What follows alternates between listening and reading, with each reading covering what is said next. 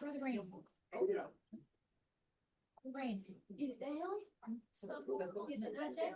No, I haven't that. I'm right there. I'm good now. Oh, I thought you might have been from the cruise, that you might be something. No. Medication. Yeah. Are you good? I thought it was just a sunburn, I really. Oh, my blow, my way.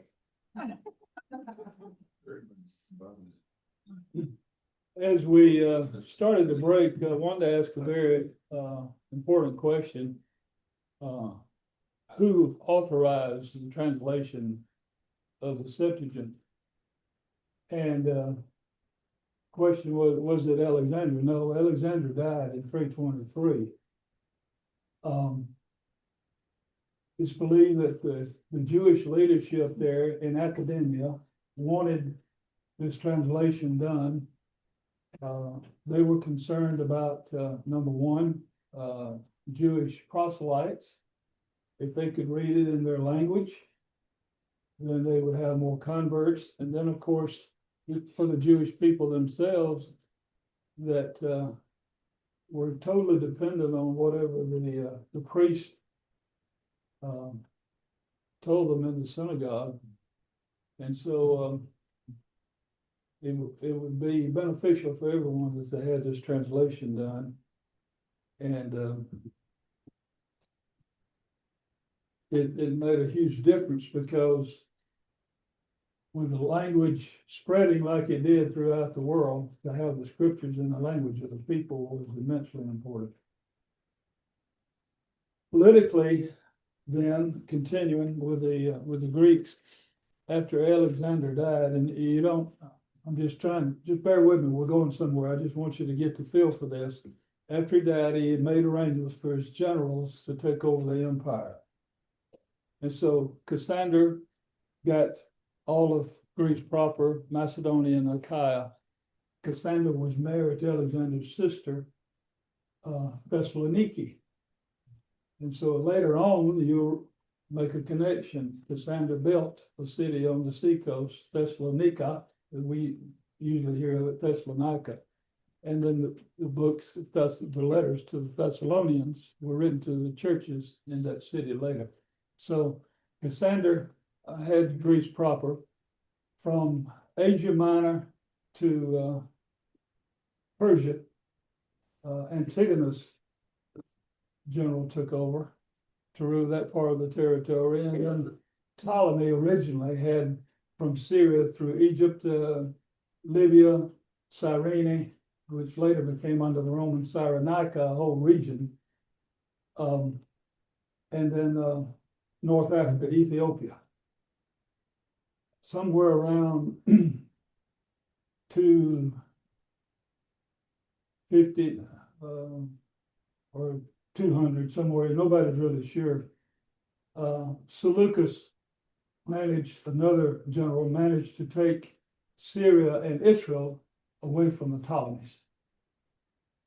But by that time, there'd been a seacoast city named Ptolemais in Israel, built on the Mediterranean coast. And so Seleucus began to reign, and they were known as the Seleucids. And Antiochus became a very popular name of their rulers and their children that became rulers in their place. And then where I'm going with this is by 167, Antiochus IV, known as Antiochus Epiphanes, decided that if he could bring the Jews in line, if he could get them to forsake this religion that governed everything they did and to give up this culture, he could be made ruler over all Greece. And so he told the Jews, Judaism is over. No more sacrifices in the temple. No more of the festives, holidays, the appointed times, the special 7 appointed times that God had mandated that was supposed to be observed forever. And so he just said, Judaism is gone. You're going to become Greeks. You're going to adopt the Greek culture. You're going to adopt the pagan Greek religions, which they had a God for everything. And so he set up a statue of Zeus in the temple. He went in and offered a pig on the altar, desecrated it, overturned the menorah and the furnishings in there, and essentially tried to destroy it, ransacked it, and sent soldiers out into the countryside telling all the Jewish priests, to show your conversion to Greek culture, all of you must offer a pig on an altar as well. And a priest named Mattathias refused to do it. Another priest standing by agreed, and when they had an altar, when they did, Mattathias killed that priest, and then began what was known as the Maccabean revolt.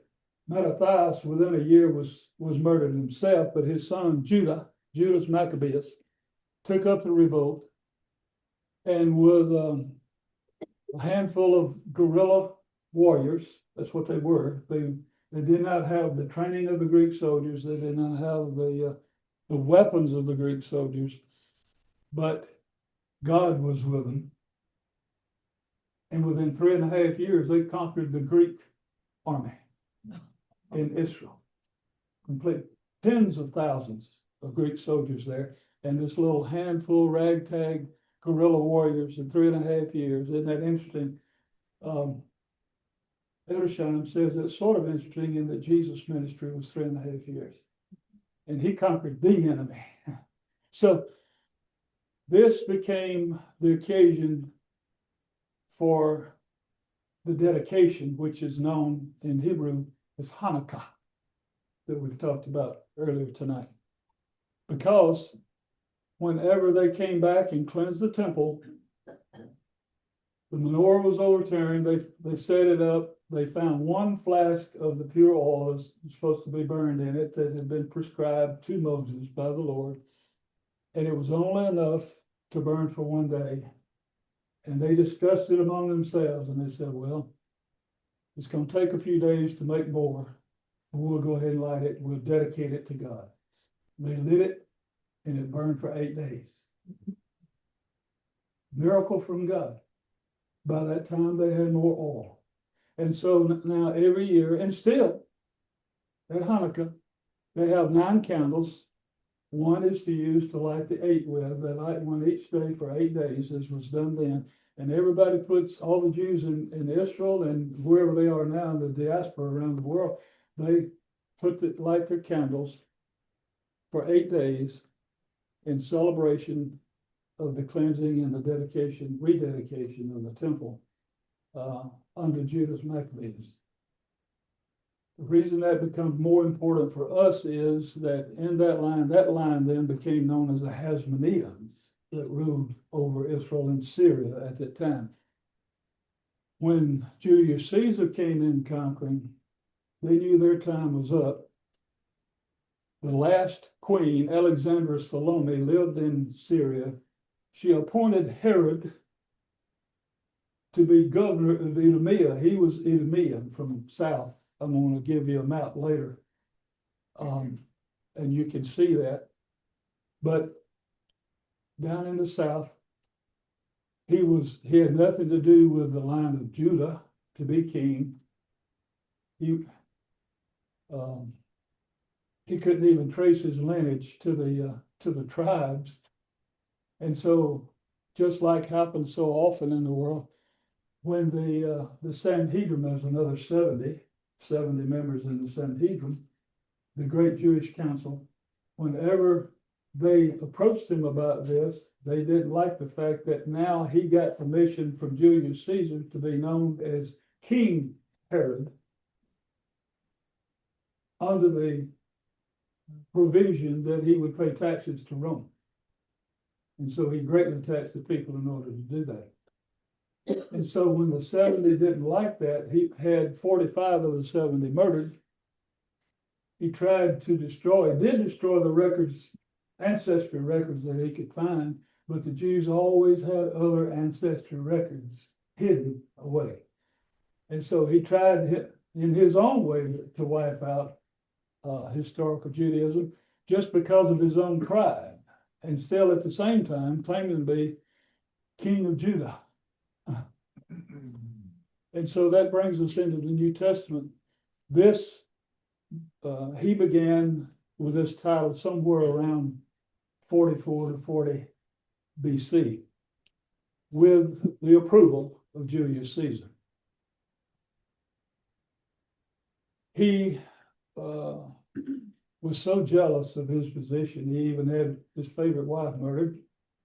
And in fact, he murdered himself and several of his own sons. Josephus records an interesting thing about it. Some of you are familiar with Josephus. He said it's better to be Herod's swine than his son. And so now you can understand why he was so upset when the Magi came looking for Jesus. The murderous kind of thug that he was, he would not hesitate to try to have Jesus murdered. He murdered his own sons. And so this, I hope, will help you get another little deeper feel for what's going on as you read these narratives in the New Testament. And by the way, next time, we don't have time tonight, I want to give you a harmony of the Gospel of Matthew and Luke on the birth of Jesus, because there's a lot of confusion about the timetable there too. And we're going to do that together next time. And, Herod kills the children, trying to kill Jesus. Is there another? I always felt like there was some other analogy that went along with that. Is it Moses in those things? Is that? There's not a. I don't know. I'm not familiar with that. Yes. I will go ahead and preview this for you. Very soon, within days, literally, after he had ordered the execution of all the infants 2 years old and younger in Bethlehem, he fell ill. He went down to Jericho. This is according to Josephus. He went down to Jericho, and he knew he was on his deathbed. He had his captain of the guard come in and put his hands under his thigh to take an oath that when he died, he would kill the elders of Jericho, so there would be mourning in the streets, because he knew nobody would mourn his death. The captain agreed to it, but did not carry it out. If he hadn't agreed to it, he'd have been murdered. But that's the kind of dude he was. And by the way, Archelaus, his son, that was one of the tetrarchs. Tetra in Greek means four. He became tetrarch of Judea after Herod's death. Herod changed his will there at the last minute and made Archelaus tetrarch of Judea, and Antipas over Galilee, Philip over Caesarea Philippi area, and then Lysias over Abilene. And you'll see all that on the map if you haven't already looked at your maps previously about that part of the world in the Middle East. But there were four sons he left his kingdom to, he thought. And then Archelaus turned out to be just like Herod. And so Rome at that time, Octavian said, "You're out of here." He pulled him and put a procurator in there. And then, in fact, at that time, Annas had already become high priest. You know Annas from the New Testament. He and the procurator didn't get along, so the procurator pulled him from being high priest. There were two more after him, short-termed, and then Annas was able to get his son-in-law Caiaphas in as high priest. And they both understood it when Annas got Caiaphas in, that it was going to be a shared responsibility. And you can read that in the New Testament when Annas and Caiaphas were high priests. And so there's a lot going on here politically. Anytime you're talking politics, there's a lot of intrigue going on. And so there's a lot behind the scenes in the New Testament that helps explain what we see on the page. But then there's a lot right here that we can be aware of. Any questions about that up to this point? I know it's a lot of material, and I don't want to drown you in information overload, but I wanted you to see how we were going somewhere with this historically, because all this plays into the narratives of the New Testament. Any question? Everybody with us? Okay. There.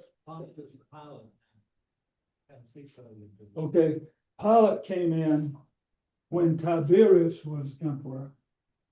He came in just before Jesus began his public ministry as procurator of Judea. And then Antipas is still in Galilee, of course, and then Herodias and the death of John the Baptist and all of that you're aware of in the New Testament. So, Appropriate, what does that stand for then? What'd you call it? procurator, governor, Governor, that's another one. Okay. yeah. Here again, I'll give you a little more leading up. I mentioned Octavian. You probably know him better from the birth narrative, Caesar Augustus.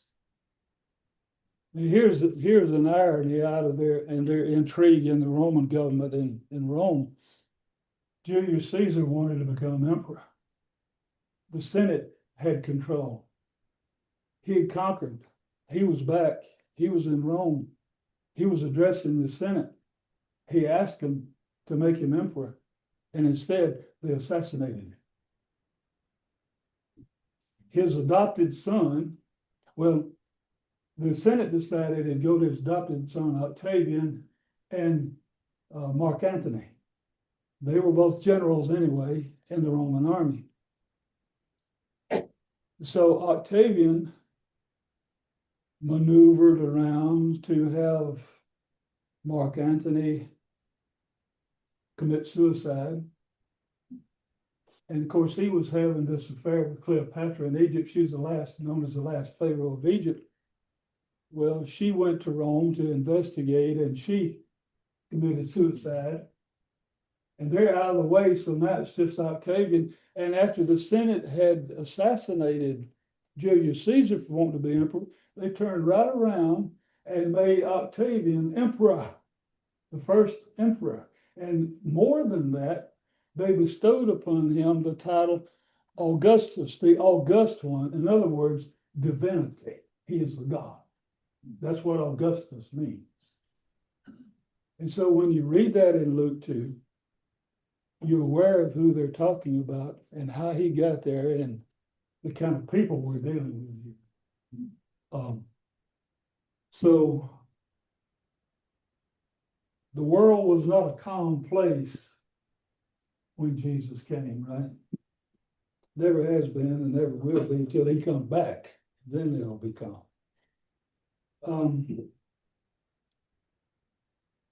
Herod had promoted this census along with Octavian for taxation purposes because he was given part of the money, but he was going to give the bulk of it to Octavian. But he was in this massive building project. Have this handout. You see on the top level, the temple proper. You can't see it all, but you can get an idea of how the temple towered over the city. And then this part is called the upper city, where the upper echelon Jews lived, including the high priest and his family. Both Annas and Caiaphas lived in this upper city, into which Jesus was taken the night of his betrayal, before being carried to Pilate. And then the lower city is not even pictured here. Jerusalem was a city of at least without being festival times, at least 100,000 population. So, and Herod took it upon himself that he thought this now is going to settle the Jews down on my side. We're going to redo the temple. And remember what they told Jesus when he made the parable to destroy this temple in 3 days, I will be. They said it took 46 years. Well, it wasn't through yet. It was only finished 2 years before it was destroyed by the Romans. But they'd been working on it for 46 years. And get this, there were as many as 18,000 people living in Jerusalem that worked on the temple. That was their only job, the craftsmen that worked on it. This was a massive project. They brought in marble stones. You can't tell much from this picture, but when the evening sun shined upon this temple with this white marble, it just glowed like gold. And so the disciples sat out there and they said, what? Master, behold what stones, what beautiful stones in this town. And he said, there's coming a time there won't be one of them left on the other. You see, this helps you in your New Testament study to understand this thing. You might want to keep this and use it in your Sunday school class or whatever, whenever you're teaching sometime. Even though it's incomplete, it's the best I could find at the time to give you an idea. Herod was involved in this. When he died, it continued. There was funding provided for it. They were still working on it in Jesus' day during his life and ministry. In fact, like I said, they were still working on it after he died and rose again. But it wasn't to be, because remember he cleansed it twice that we know of at Passover, and overturned the tables of the money changers and the people selling their livestock for the sacrifices there in the temple, within the temple walls, not inside the temple, but within the temple area. And he said, my Father's house should be called a house of prayer and all nations. Well, when he had done that, they made no changes. One of the saddest things we heard from him was, your house shall be left to you desolate. No longer my Father's house, your house. You wanted this your way, you can have it, but it's gone. That's pretty fine.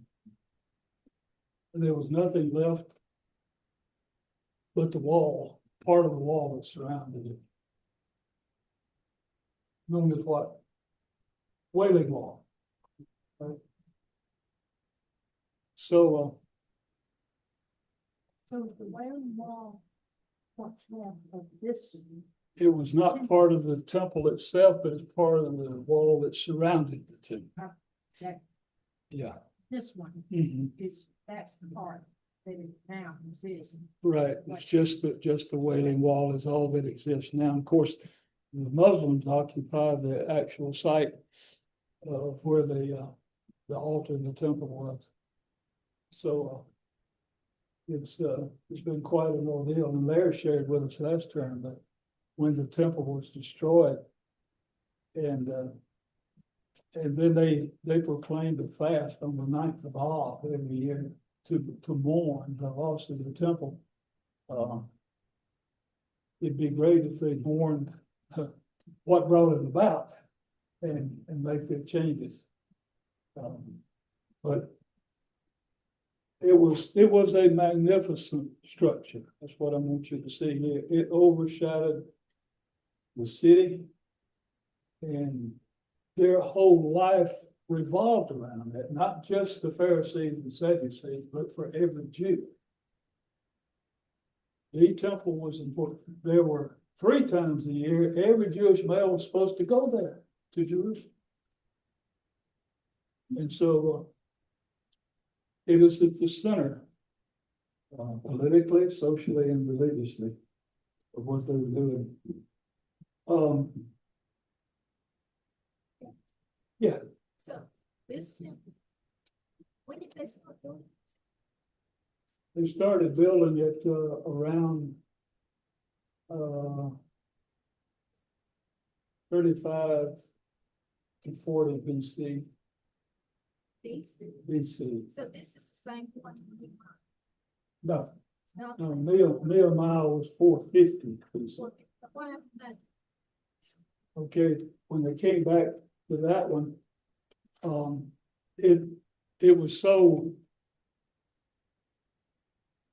incomparable to Solomon's temple, is why Herod took it upon himself to impress the Jews by doing this. He wanted it to go back to the glory of Solomon's temple. You're right. He was the one responsible for funding it and bringing all the workers in, and he did it not for God's glory, but for his. It was destroyed in AD 70.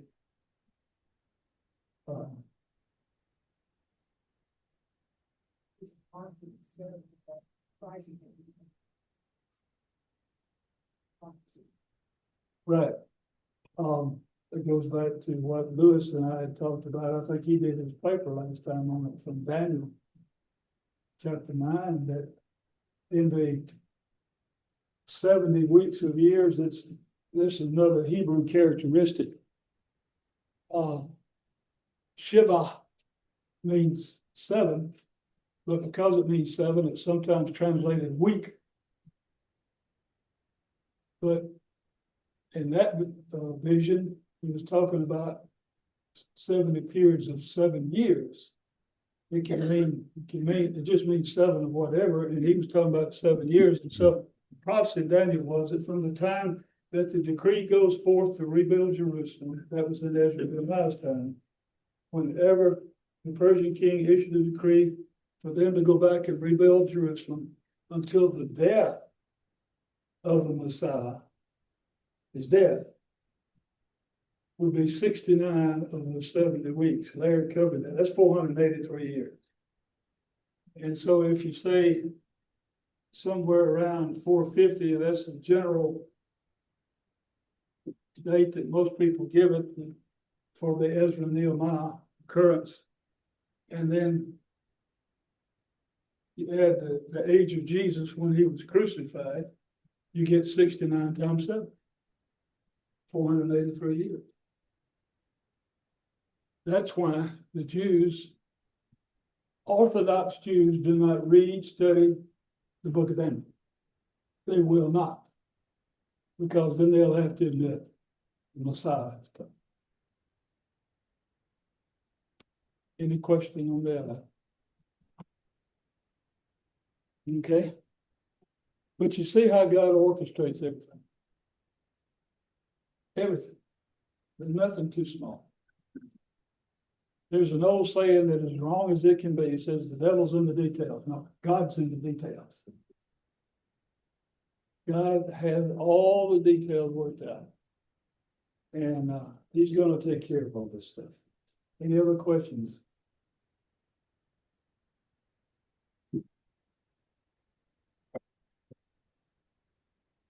Back to the earlier question.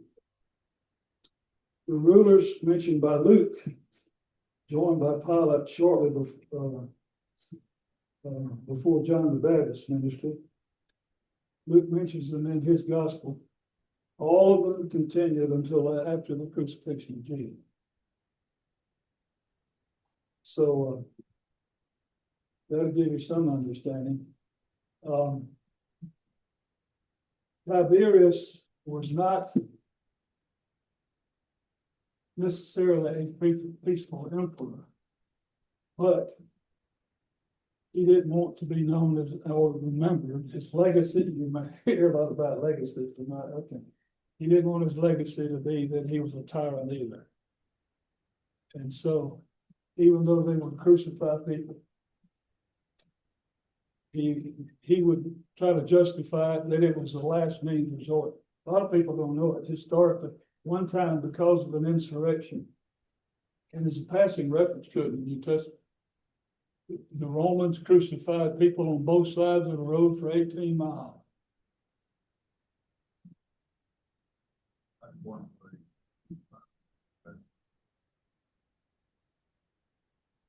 So, I don't want to give you the idea that this was all peace, that even though they talked about the Pax Romana, the Roman peace, they meant it because of their military power, prowess, that nobody would dare foster an insurrection. So we have peace. If they do, we crush them. And we won't just crush them, we'll hit them hard enough, nobody else will, it's that kind of mentality. So when you hear about the Pax Romana, don't get all excited that there was peace throughout the Mediterranean world. There's a lot of murder.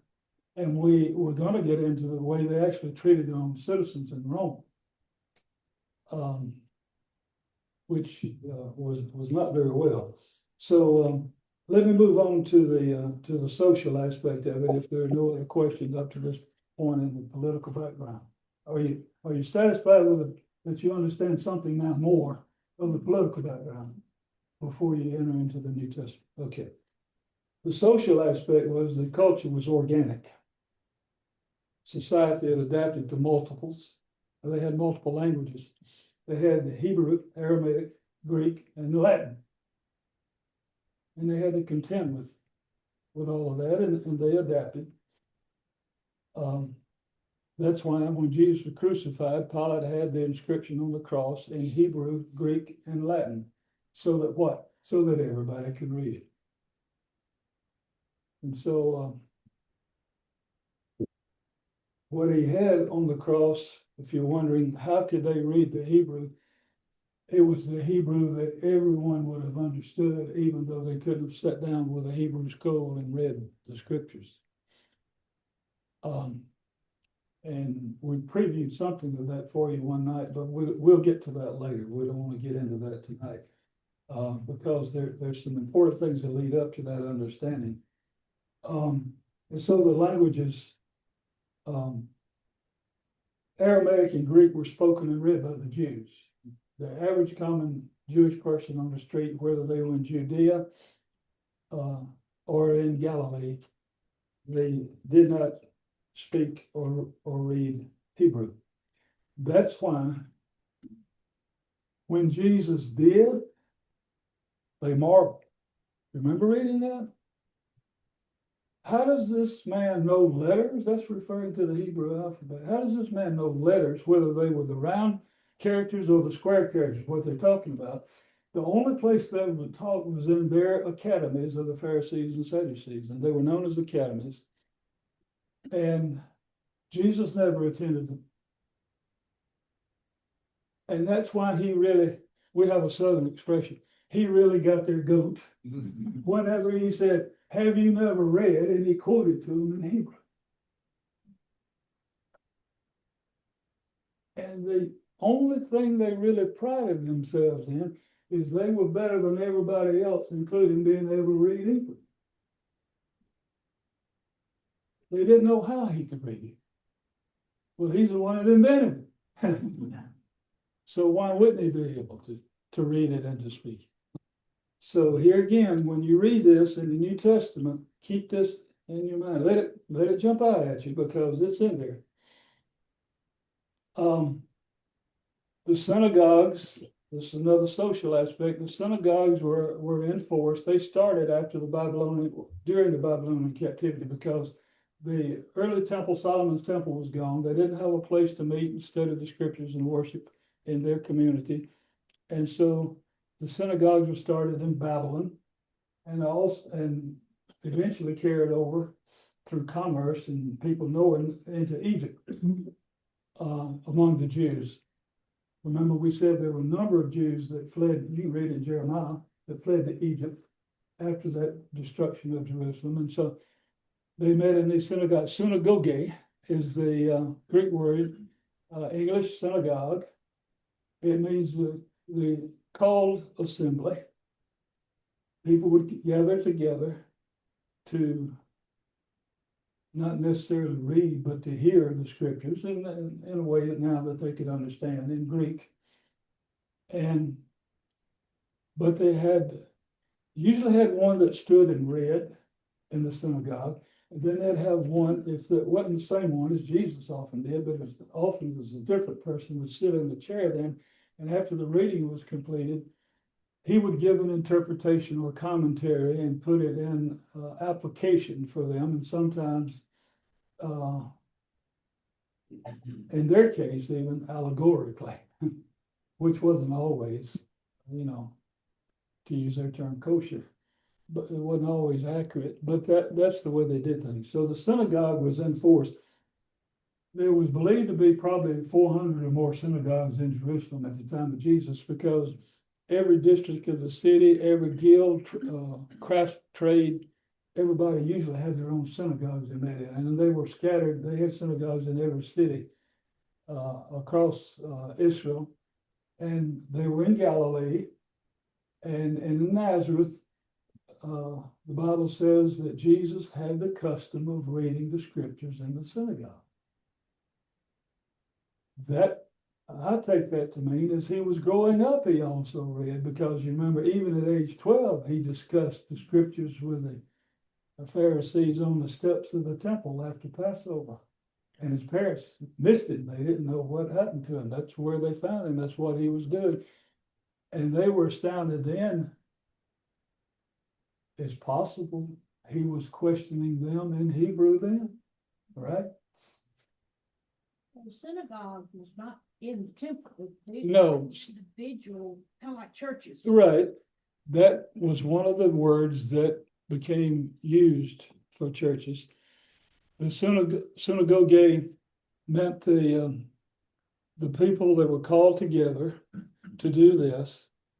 And then the same word that's translated that from Hebrew into synagogue sometimes is translated into Greek as ecclesia, which is a word for church. Because what does ecclesia mean? It means a called out assembly. And we saw the other Sunday, God calls out, and when it says that in 1 Corinthians 1:9, God is faithful who has called you, called out to you. It means to summon, to call you out to himself. And remember, Jesus said, no one can come to me except the Father sent me, draw him. Well, God's been calling, he's been drawing. And so the synagogue was a place that the people had been drawn to study, to learn, and it was much more informal. But, by the way, most of them were laid out as a small replica of the temple. They would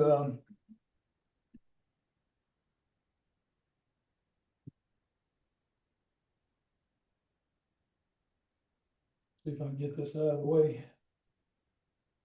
I'm not an artist, so bear with me. I'll give you the gist of it.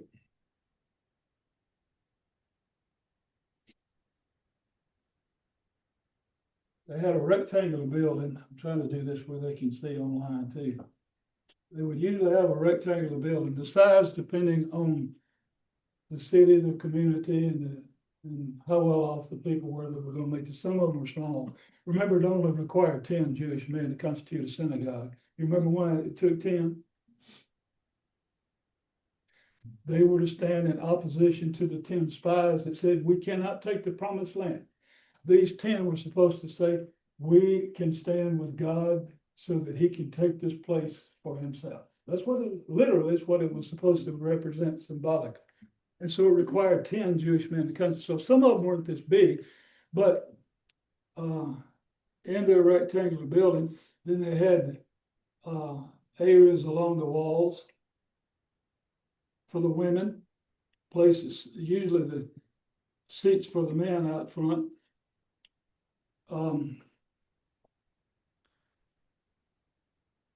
Jesus said, you seek the most prominent seats. They would vie for the seats at the front. The Pharisees. They weren't Baptists. No, they didn't get there early to get the back seats.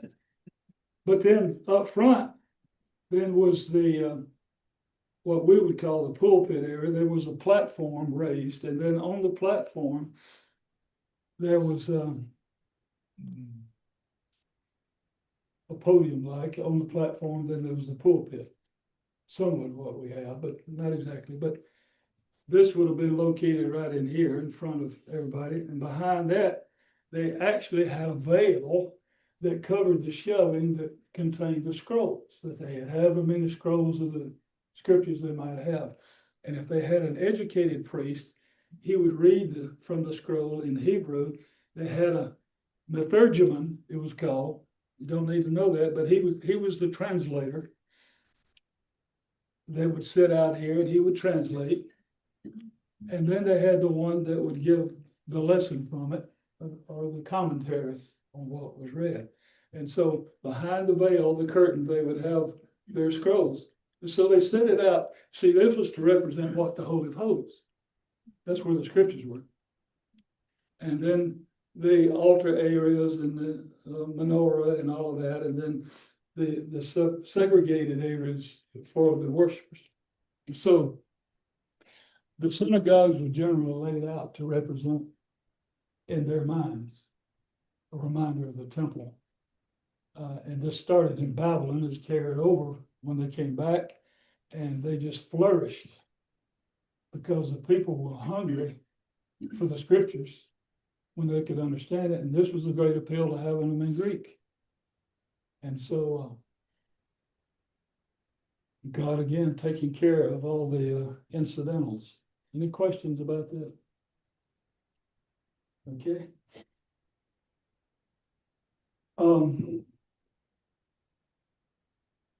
Another good subject is taxes.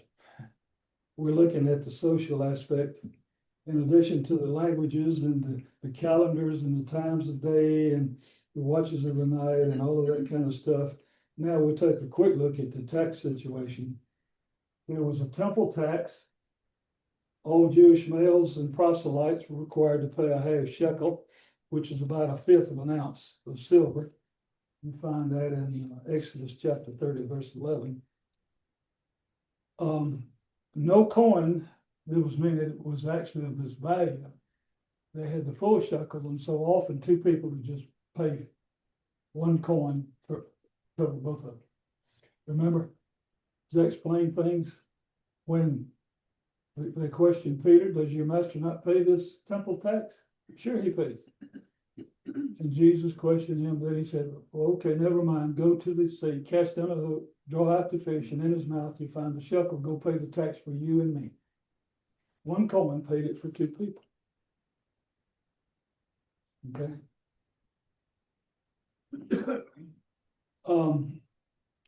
So in addition to the temple tax, by the way, you find that example in Matthew 17. In addition to the temple tax, there was the tithe. The 10% of the agricultural crops and livestock, etc., was supposed to go to the Levites. Sometimes it did, sometimes it didn't, and sometimes, very often, when it didn't, they just came and took it. And they may not just take 10%. People become very gross sometimes when it comes to money. Roman taxes now, that was the Jewish tax. Roman taxes, they're owed on items bought and sold. Sales tax. But you paid on both sides. There was Roman tax on the produce of the field.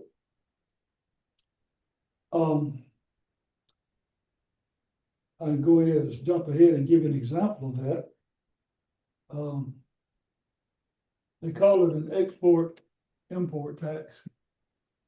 When they grew it in the field and they brought it to the city to sell, when it came through the gate of the city, they had to pay a tax on it. Before they accepted it and they sold it, they had to pay the sales tax on it. When the people that bought it left, they had to pay an export tax. I mean, they're taxed to death, but that's not all of them yet. There was a land tax, not just, having to give 10% to the Levites, but now Romans are taxing the land and the produce and everything bought and sold. And then there's a poll tax. That's the census. That's the one that Joseph and Mary is involved in. They had already had one. They just added another. And so, in other words, based on the population, everybody of that tribe, they expected to give their money. And I'll tell you why in a minute, because this is going to Rome, these Roman taxes. There was a progressive income tax. The more you made, the more you paid. A property tax on personal goods, on your house and your stuff in your house. That's why people could and did very often lose their houses. That's why people often in Jesus' parables are taking people as slaves, people selling themselves to pay off their debt. Others that didn't, what he illustrated what somebody's coming and catching by the throat and says, pay me what you owe me or I'm going to throw you in prison. Because there was just taxes everywhere they turned, and many people could not pay them. By the way, ladies, The woman cannot own property, but if her husband was not able to pay it, she could be sold as a slave. Book of Ruth. I mean, her husband died, Yeah, fit her same, land. same thing, right? She's at the mercy of somebody that has no mercy. 7-year jubilee for kid all, because the, Roman government's not gonna No, forgive, but right. within the Jewish community, would they forgive? At the time of the New Testament, it is practically non-existent. Right, good point.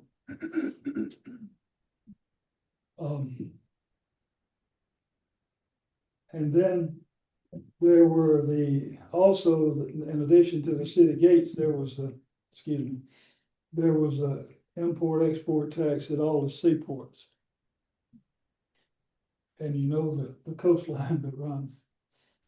And so as far as Israel is concerned, from Caesarea, they claim the city of Caesarea, but not the land that surrounded the city, and not the port, because they considered it unclean, but they said the city itself later on would be considered part of acceptable Judea among the Pharisees. So from Caesarea down through Ptolemais, Akko, there was a major trade route that came from the sea through Akko. And by the way, it went down to Nazareth. Nazareth, not that little country bumpkin town you often hear that it is. And I'll talk more about that later, based on Dr. Edersheim's investigations. There were at least 15,000 population in Nazareth at the time of Jesus. There was that trade route that came down from Akko, and then there was a trade route that came up from called Sheba, or Saudi Arabia, to Damascus in Syria, and then looped around and came down past the Golan Heights and crossed the Jordan and came through Nazareth with the camels caravans headed to Jerusalem. They would go back up and follow the seacoast on down then and go into Jerusalem. And so all of these things were taxed. And so no wonder the people consider themselves taxed to death. And that leads to the obvious conclusion: they all hated tax collectors. And here's another reason why they hated tax collectors. Taxes were paid directly to the tax officials. They were private contractors who paid a sum in advance to collect the taxes to Rome. And you get in Luke 19, an example of that was Zacchaeus. He had other tax collectors working under him. And so they would pay Rome a sum, and that satisfied Rome, and then they'd say, well, you go collect your taxes, and they were free to take advantage of the population, overcharge people. Which, of course, human nature being what it is, most of them did. And so they were private contractors. Levi, Matthew, would have subcontracted to one of these to work there in Capernaum, in Galilee. The Jewish public considered anyone who worked for them as treasonous, that they could not be considered a true Jew, but they were national traitors. And so that gives you an idea. Rick and I went over when Jesus said the tax collectors and the harlots are going into the kingdom of God before you. You see, it gives a different perspective, doesn't it, when you understand this? Because they were repenting and coming to Jesus. They wanted a better life than what they had. Money was not everything once they understood the Messiah. But the Pharisees and Sadducees would have no part of this. The religious leaders were angry and astounded at Jesus' teaching concerning the groups they held in contempt. So you see how Jesus is upsetting the status quo with his life and his ministry. Now, here's some of the things, and I'll quickly go through this before we close tonight. I know you have other things to do. The Romans lived at the expense of the government in Rome. The free Roman citizens lived at the expense of the government. They wanted the government to take care of them. The government did. And how did they do that? By taxing everybody they conquered. And so it's another reason they were so upset about this tax. The Romans had slaves to do all their work. So what that look like if they wanted to be taken care of through the. The government would provide their housing and their food. They still work? No. The next point is they had slaves to do all the work because in the Roman Empire, over half the population were slaves. So did the slaves belong to these people? They did. They belonged to them. And it's, and I know that Ben's covered this with you before in new member class and all that, and classes or whatever, but one of the great meanings of baptism in the church is this, that in the public square, they would take the slave that they had purchased and they would immerse them, showing they had power of life and death over them, that they belonged to them. They were their property. And so what that translates into in Christianity is when we're baptized, we're God's property. Now, he's not going to threaten us with death. He offers his life. We're raised to newness of life in him. But this showed, and it was done. That's the way they did it in the public. They even did that in Jerusalem. Slaves were baptized in public. And to show that they were the property of their owners. And so they had the slaves to do the work. Manual labor was looked down upon, other than agriculture, with contempt. It was a disgrace to work. We'll have slaves to do it. And of course, there's this aristocratic upper level society that had plenty of money that probably had a lot of slaves. And then there are other people that didn't have any. But overall, as we've said, in the whole Roman world, over half the population were slaves.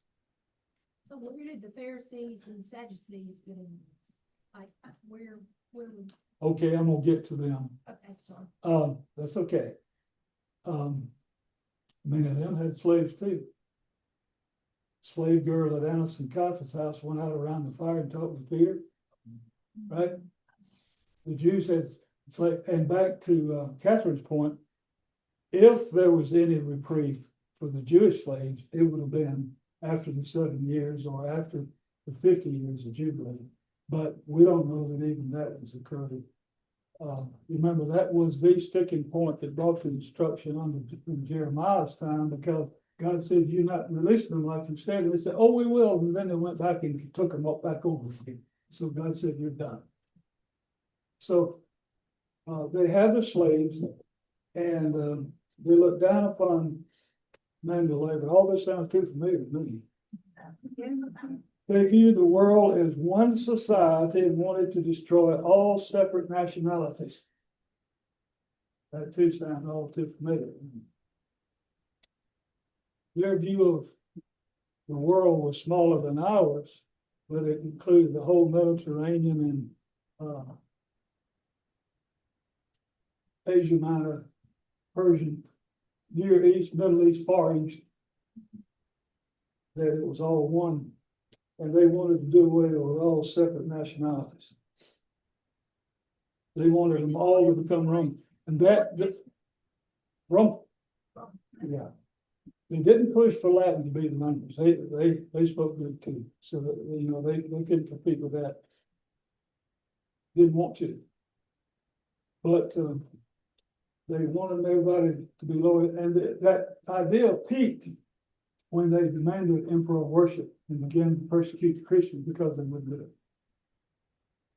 There ought to be one global society. The emperor, listen to what the emperor was called. We have archaeological evidence from the city of Pergamum in Asia Minor, one of the 7 churches in Revelation, that there's been found a statue dedicated to emperor worship.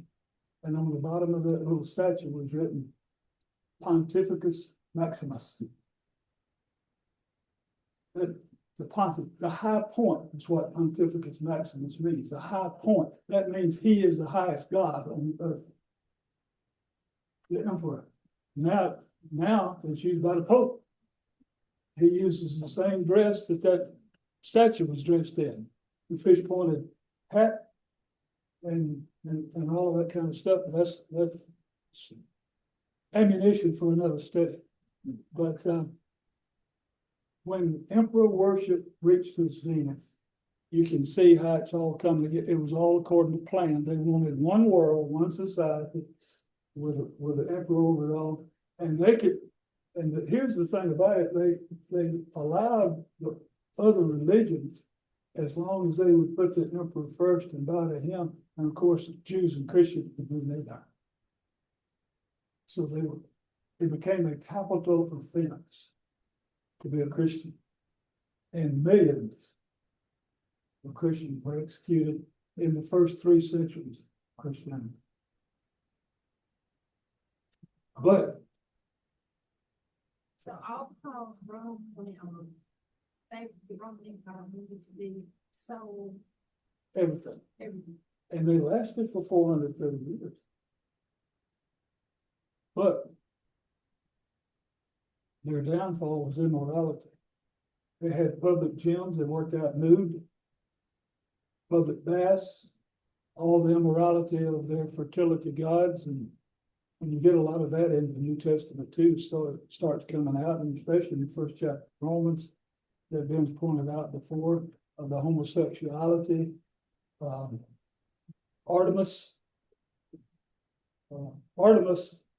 in the Greek was the same as the Ashtoreth in the Old Testament, and Isis in Egypt, same female deity, the goddess of love. And for those of you that may not be aware of this, she was particularly worshipped in the month of June, and under the symbol of the rainbow, because they said she can put one foot on one continent and one on the other and bring the people together sexually in love. And said in the month of June, when Venus is the morning star and the evening star, that men will love men, promoting homosexuality. And That's where all that originated. yes, this is ancient stuff. It's not new with us. All this stuff, this woke stuff that's going on, dates back to the Old Testament. Pride Month. Pride Month is the whole month of June. And that's the reason I was updating you on that.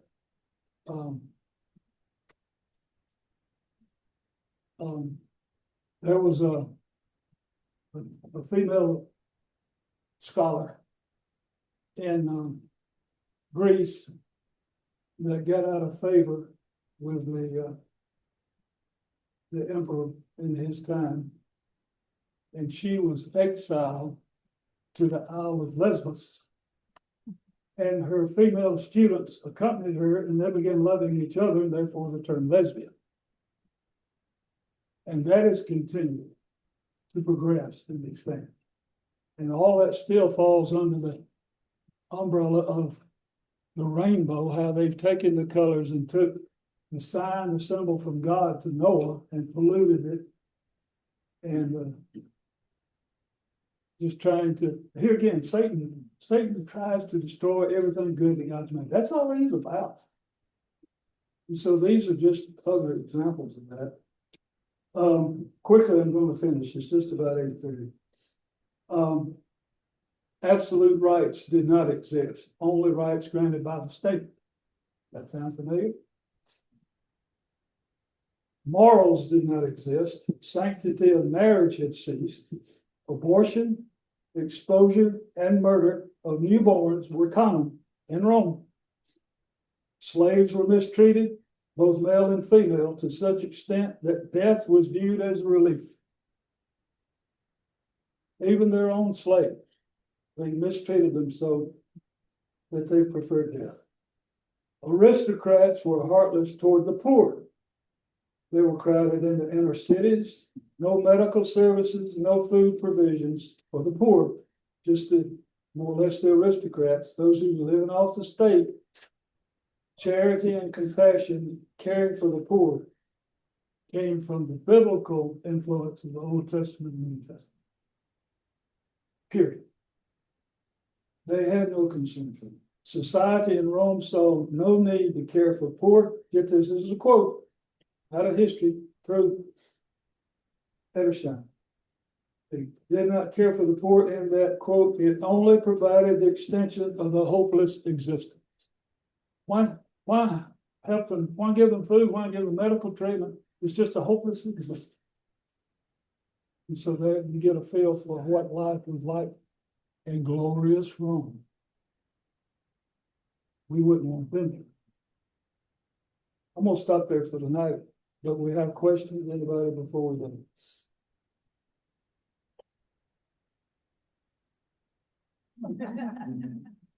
Not long enough. I wish I had known this years ago, but I didn't. But here's what I want to encourage you to never stop studying. Your guide will help you not only in the scriptures, but if he points you to other places for help. And then through that back to the scripture. Your guide will help you. Just, I want to encourage you to continue to learn, because remember, it's ad infinitum. It is from now on. And Is there a book that you recommend for us to some of the background that we learned tonight that we can go back to reference? there's several out there that deal with the Jewish customs and folkways. Now, Edersheim has a smaller book. I have it too, but I don't remember the name offhand. I'll bring it next week. And Is that in a Jesus Messiah book? yeah, The Life and Times of Jesus the Messiah is the one that, yeah, but he has a condensed version that has a lot of this crucial material in it that I can bring next week and show you if you're interested in it. It's still on the market too. And it's easier to read. Ben can vouch for that. He brought me one too. Yeah, I gave him a copy just like mine, but there is a condensed copy. And there are other books that Right. talk about life and times, Right. customs. Many books. And there, Several classes back, we showed some books where you can learn about the customs. right, I mean, not that detailed, but If this book here is, I'm gonna say the long version. Then place the condensed version there. With that, the condensed version kind of moved, say, somebody like me too fast. And what I probably. not the better- condensed version, because he does a lot of quoting from Jewish sources back in the Mishnah and the Talmud and all of that kind of stuff, in addition to the scriptures, and what was going on, why it was going on, and how it interacted with the epistles in the New Testament, with the Gospels in the New Testament, and so forth. And it will not have all of that in it. So that, yeah, it would be, That version would probably be better. no, the condensed would be better probably for you. Condensed. This one has it all in it, right? So, it's, but there are a lot of books by other authors out there, but you need to be careful.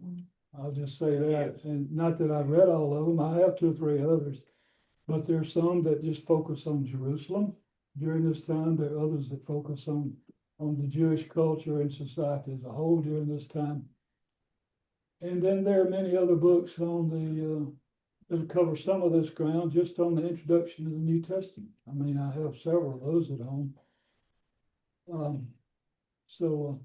Yeah, there are a lot of materials out there, but with the same caution that we have with other commentaries, is that you see how in our present age, the way I like to put it, there are a lot of younger generation trying to reinvent the wheel. And a lot of them don't know where to start, but they think they've already gotten there. There are a lot of people writing books, just write books. And every time you turn around, they got a new one out. And a lot of those folks are shallow. You don't want to be shallow in your understanding. And I'm not saying that these are the only ones used. I'm just saying, be careful. If you get one you don't like, either do what they did in Ephesus and burn it, or, or, donate it. I don't know. But, Well, thanks for sharing tonight. Oh, yeah. It's been in. It's, I mean, it goes back to what our first. The who, what, when, and where, why. And now then, we know where we're at, we know the atmosphere. It's gonna make this, interesting. It's Okay. really. thank you for that feedback. If you run across some problem or question in the course before next Monday, write it down or something. We'll be glad. If I can't answer it, probably somebody else who can. So, we're in this thing together. This is unrelated, but you mentioned the menorah earlier, and I've seen 7-stick menorahs and 9-stick. The 9 are for Hanukkah. Okay. The menorah is 7. The 7 pipes with the olive oil. But I forgot the name of the 9th candle in the middle that they use for that. But the 9 candles are for Hanukkah. They're not a replacement for the temple. Yeah. So the 7 for the regular temple, then number 7. Right. And by the way, the menorah and Zechariah, what is it, 4? Not by might nor by spirit, but not by might nor power, but by my spirit, saith the Lord of hosts. The menorah and Zechariah 4 is a national emblem of of Israel today. And so all of this is pertinent. Is still with us. The general years ago, and it's still true, the general at West Point said, we do not study Israeli wars because we do not deal in miracles. So you see how all this will fit. We're not past this. God's not through with Israel, but he's not through with the Gentiles either. We're living in the midst of the church age. We need to be busy about the Father's business while we're here, because time's coming is going to take us home. And that's our challenge. It's not our dilemma, but it's our challenge to try to learn as much and do as much in the shortest time for the most people. All right, that's all I have for tonight. Larry, anything? Yeah. Let's pray. Okay, let's pray. Father, we do thank you for you. We cannot thank you enough. We thank you for your word. It is so alive and so rich and so full. Please give us all greater understanding as we seek you. We seek your word. We seek your will to apply that word.